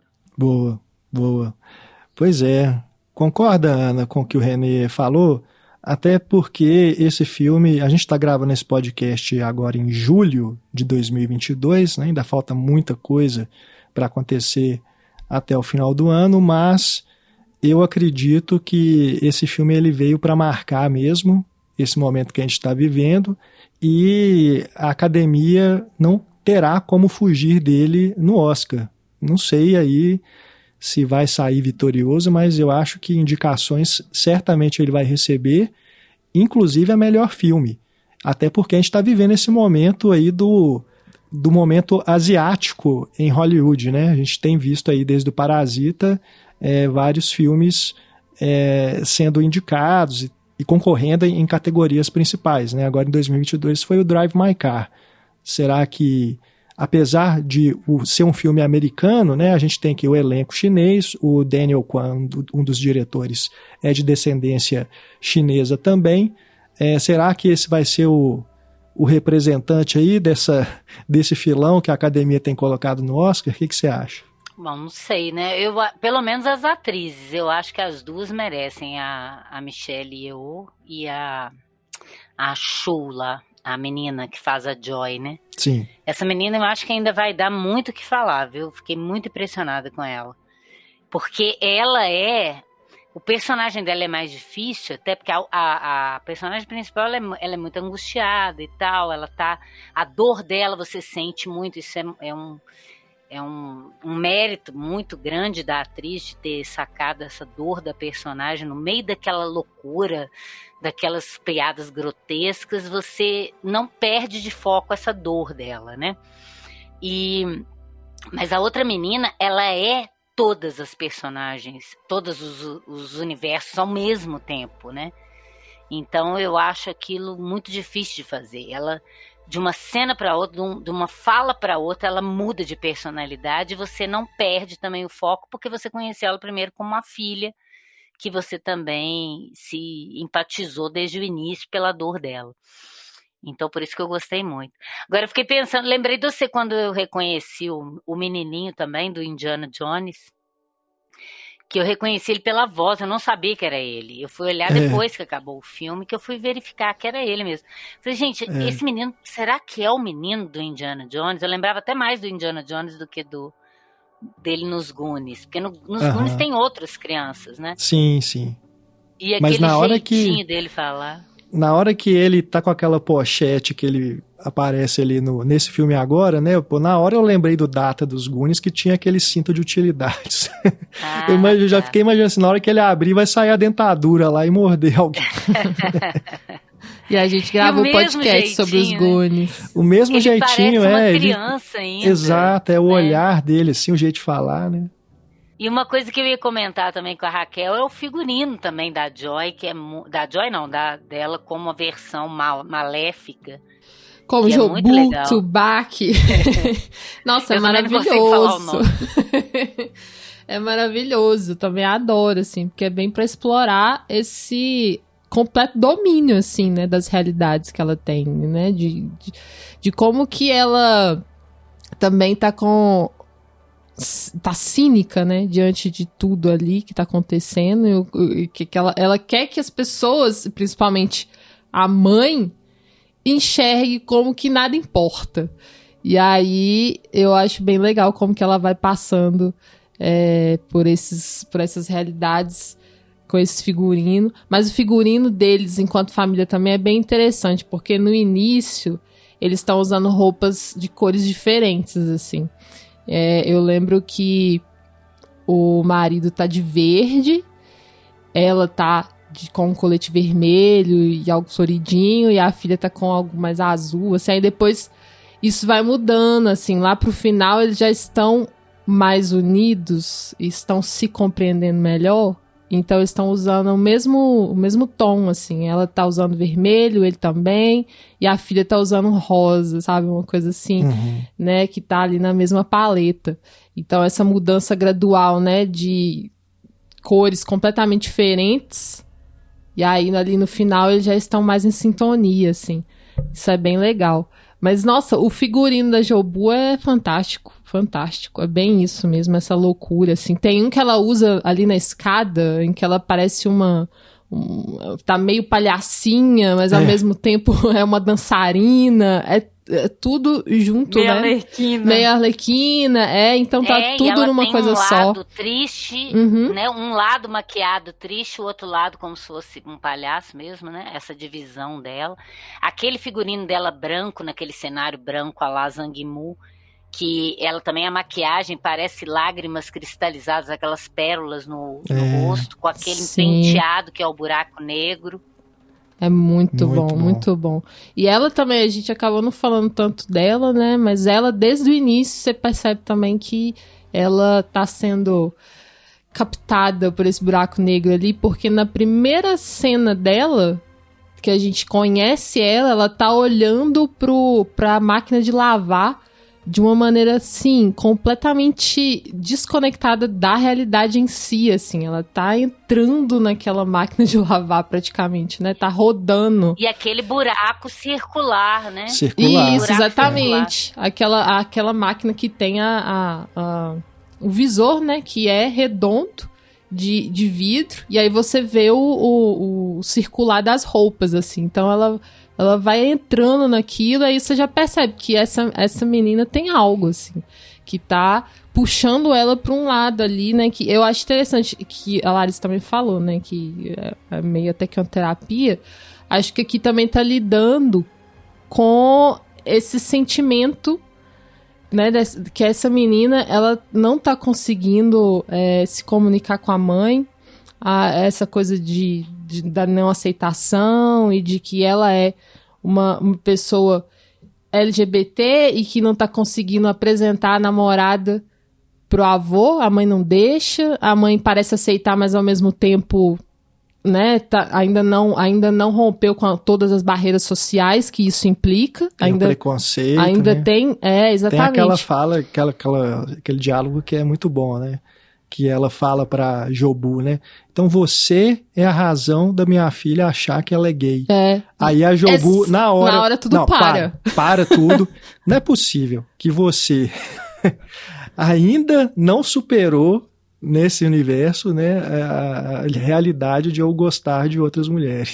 Isso é ótimo, porque para tudo, assim, tá tendo aquele monte de luz e uma coisa assim, total caótica. Aí quando ela fala isso, tudo para, É muito bom. Não é possível que você ainda tá nesse nível, sabe? Não, você ainda precisa viver muita coisa, precisa mostrar muita coisa, sabe? Você vê o quanto que você é insignificante, assim. Então, ela, né, ela tá indo pra esse caminho da escuridão ali e de algo que deixa a pessoa apática, né? Em relação à vida em si.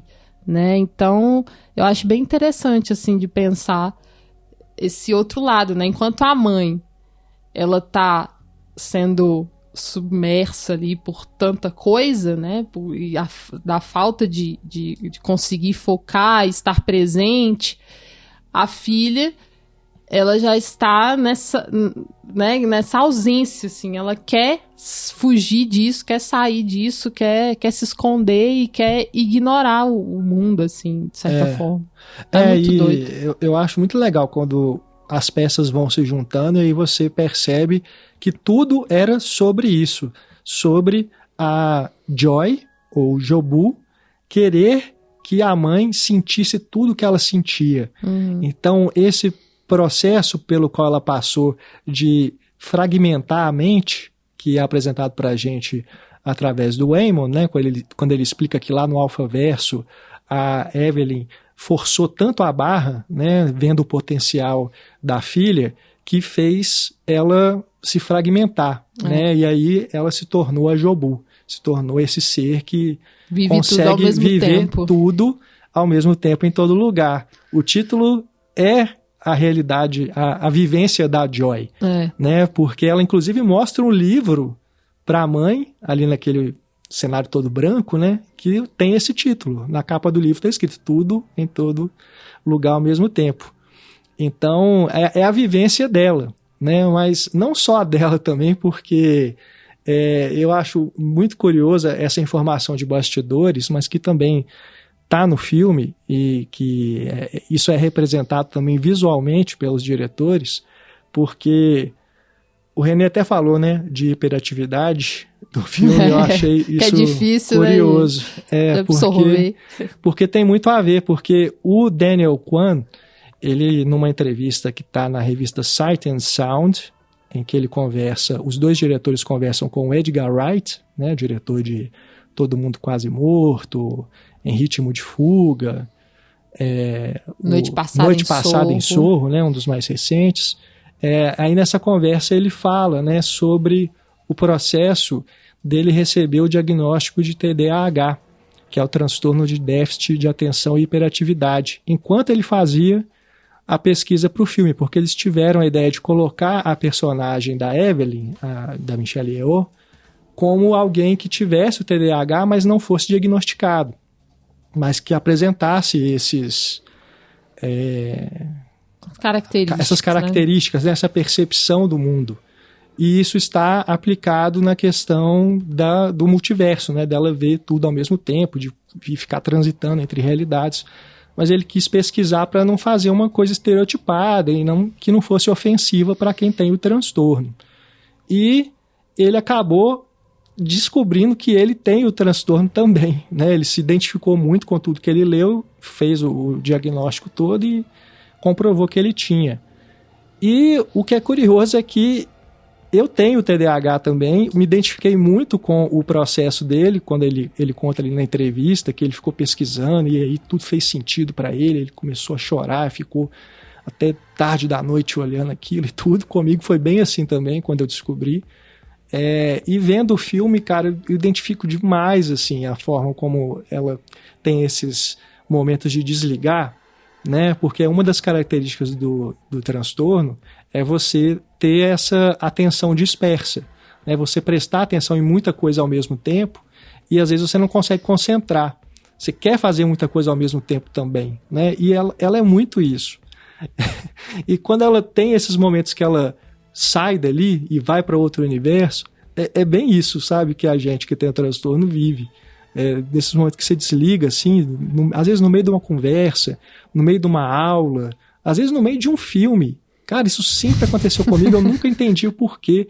Eu ficava pé da vida, assim, gente, eu trabalho com isso, às vezes eu desligo do filme e tenho que ficar voltando para prestar atenção, sabe? Muitas vezes eu já me peguei fazendo isso. Às vezes eu tô vendo filme com a Kel aqui, eu pergunto pra você, né, Kel? Peraí, o que rolou mesmo? Porque naquela hora ali eu já tava em outro lugar. Sabe, às vezes alguma coisa que o filme mostra me faz lembrar uma coisa, aí eu saio e tudo, assim. Eu sei que isso não é uma coisa assim que é exclusiva de quem tem o transtorno, a distração, né? Mas com a gente acontece muito mais e com muito mais intensidade, né? Então... o tempo todo, né? É o tempo todo, cara. Então eu me identifiquei demais, assim, vendo. E não é algo que está no filme, que é falado no filme, mas a forma como é representada tem tudo a ver, sabe? Tudo a ver mesmo. Acho que quem tem TDAH se identifica muito, assim, com aquilo que tá rolando na tela.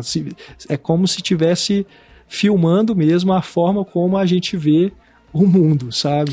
Claro que, né, estilizado e tudo, mas é essa sensação, sabe? Então, quando a Joy fala isso pra mãe, eu queria que você sentisse o que eu sentia, é quase como se você estivesse falando, queria que o público sentisse o que eu sinto, né? Eu, diretor, sinto quando eu tô vivendo, né? Vendo as coisas. Então, está dentro da minha cabeça, como que ela funciona. Passar essa sensação, né? Então, sei lá, acho que é uma oportunidade de todo mundo ter uma ideia, uma noção de como que é. Apesar de, como eu disse, isso não estar declarado, explicitado no filme, né? Com todas as letras ali.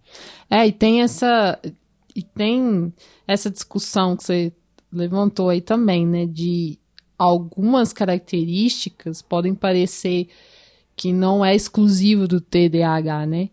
Mas é como ela acontece, né? Como ela acontece sempre, assim. Porque a distração, todo mundo passa por um momento de distração, mas... Mas hoje em dia, né? Exato. E a gente falou no início, né, do podcast, essa questão de estar aqui olhando o celular e vendo outra coisa, conversando com alguém, né? Mas, assim, o TDAH é realmente um modo de funcionamento, né? É diferente. Porque isso eu tenho desde a infância, assim. Na aula, eu não... realmente perder muitas coisas porque eu tava viajando, sabe? Sonhando acordado. Eu vi o diretor falando também. Desenhando no caderno. Foi em outra entrevista, não lembro se é nessa, mas eu vi ele falando também que várias pessoas que têm TDAH viraram pra ele e falaram, é como se você tivesse, assim, dentro da minha cabeça, cara. Como que você fez isso? Que doido.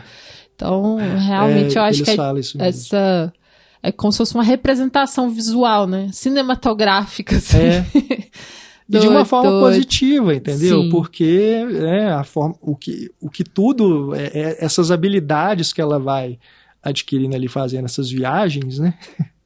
Elas são usadas para ela conseguir chegar ali até o final da missão dela, né? Então, eu acho que é uma forma de representar algo que é muito sério, sim, né? Não é frescura, não é bobagem.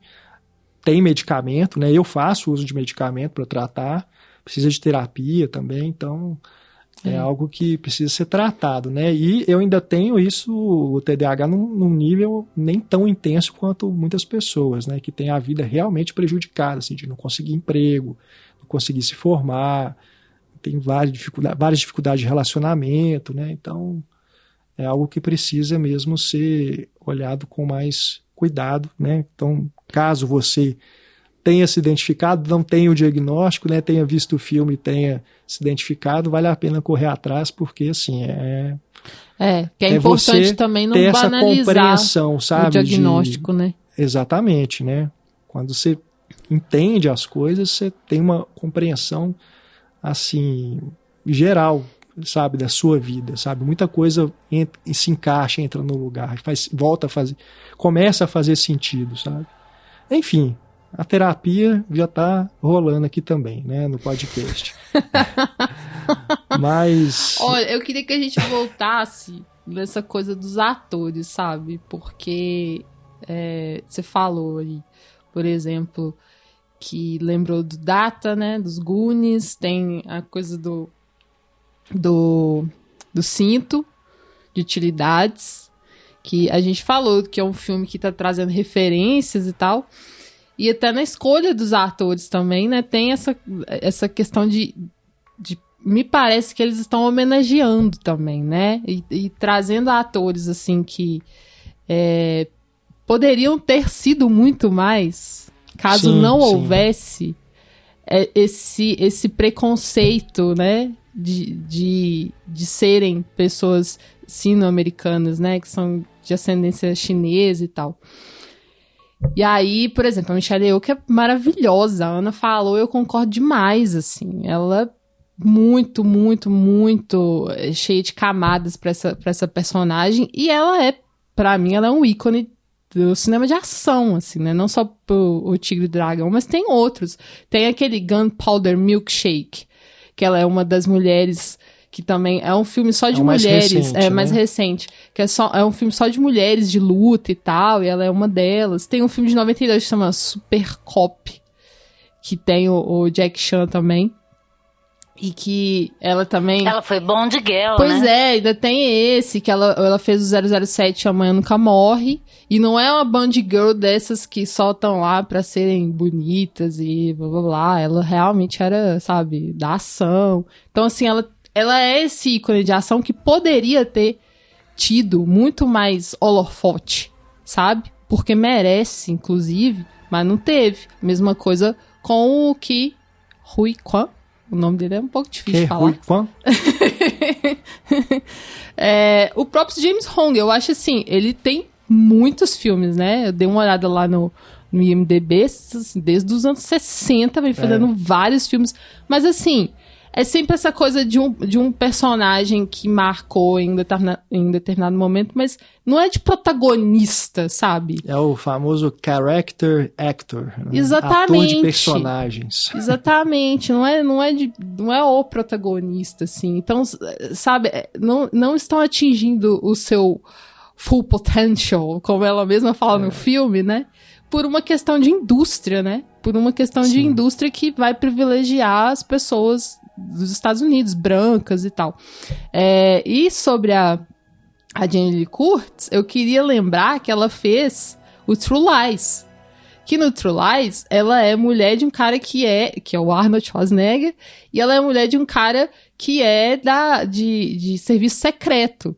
Mas aí ela acaba sendo recrutada para esse serviço secreto também, e ela até então não havia trabalhado com isso, ela era praticamente dona de casa, uma mulher comum, assim, e aí de repente ela se vê nesse lugar de uma super-heroína, assim, entre aspas, né? Que ela tem uma missão a cumprir, então ela é toda, eu lembro dela desajeitada. Eu não revejo esse filme há muito tempo, mas eu me lembro que isso ficou muito marcado pra mim do quanto que ela era uma mulher comum sendo colocada numa situação extraordinária de ser uma agente secreta, assim, e tendo que lidar com essa coisa do casamento também, que eu acho que tava um pouco em crise, alguma coisa nesse sentido. Aí eu acho que tem essa coisa de ela ser vista por ele com outros olhos, sabe? Nossa, minha mulher, né? Ela é uma caixinha de surpresas, olha o que ela é capaz. Então, assim, eu lembrei disso também, do quanto que a Jamie Lee Curtis também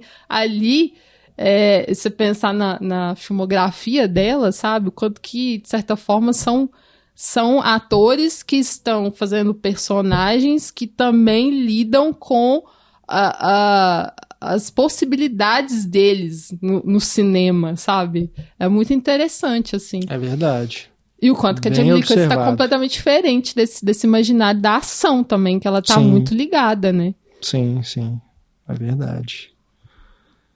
É isso, né? É um filme que tem esse caldeirão de referências, de temas, né?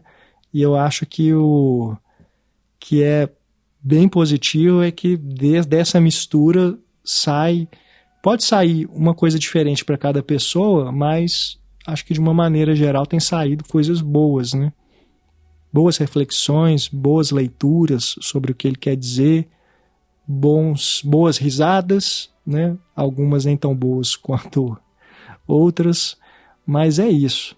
Acho que é um filme que, nessa loucura toda que ele se propõe, ele tem algo a dizer, né? Eu acho que esse filme, né, como se diz, tem um hype merecido, né? Eu fiquei com medo de assistir ele e ficar meio, nossa, sabe? Que já aconteceu comigo, mas eu acho que esse tá tendo um reconhecimento merecido. Então, eu acho que quem escutou até aqui, viu o filme, né? Que a gente contou tudo. Quase tudo, né? Que esse filme é muita coisa, mas eu espero que as pessoas que escutaram o podcast tenham gostado, assim, e assistam, né, indiquem esse filme, porque o pessoal tava até comentando antes de eu assistir, né, que ele é um copão de café, né, não tem como ficar com sono depois de assistir. Boa. Pega uma cafeína, e aí eu acho que é bem essa metáfora aí do café, que ele dá uma acordada na gente, em todos os sentidos, assim, eu gostei muito. Massa. É isso, então. Vamos chegando aqui ao final do nosso podcast. Queria agradecer muito a presença do Renê aqui no Cinematório Café mais uma vez. Valeu, Renê. Valeu demais, gente. E legal um filme que é uma ideia original, que não é uma continuação, não é uma franquia, tá chamando tanta atenção e provocando tanta discussão e teorias. Sim. Dá um refresco também, assim, né? E acho que também é um dos méritos desse filme aí. Valeu demais pela conversa. Com certeza, concordo com você. Ana, muito obrigado também por participar de mais um podcast com a gente. Obrigada eu, gente. Eu também acho isso, que esse filme acabou sendo uma surpresa interessante para essa ideia de multiverso, e no sentido crítico, que eu espero que vingue mais nesse sentido crítico, porque se o cinema virar essa coisa só de multiverso, eu vou ter que mudar de profissão, porque realmente é uma coisa que eu não engulo. Mas enfim, foi ótimo essa troca de ideias, essa troca de percepções, né? Como sempre, eu acho que é sempre muito enriquecedor para a nossa própria leitura do filme. Com certeza. Larissa, muito obrigado também por mais uma conversa aqui no Cinematório Café. Eu que agradeço, gente. Hoje eu fui super defensora do filme, mas como a Ana falou, é muito legal a gente ver pontos de vistas diferentes e a gente vai percebendo também, né, novas coisas. E o filme ganha outro contexto também. É isso, gente. Um beijo e até a próxima. E espero que o filme ganhe múltiplos significados por aí. É isso. Muito obrigado pela audiência, pessoal. Se vocês quiserem deixar comentários sobre as suas percepções sobre o filme, por favor, use o espaço de comentários aí na página do podcast, no nosso site, cinematório.com.br. Também pode procurar a gente pelas redes sociais e também utilize o nosso mural lá na Aurelo para você trocar ideias com outros ouvintes e apoiadores e apoiadoras do Cinematório. A gente torce para que você também se torne um deles e venha fazer parte do nosso Cineclube. Um grande abraço, pessoal! Até mais! Tchau!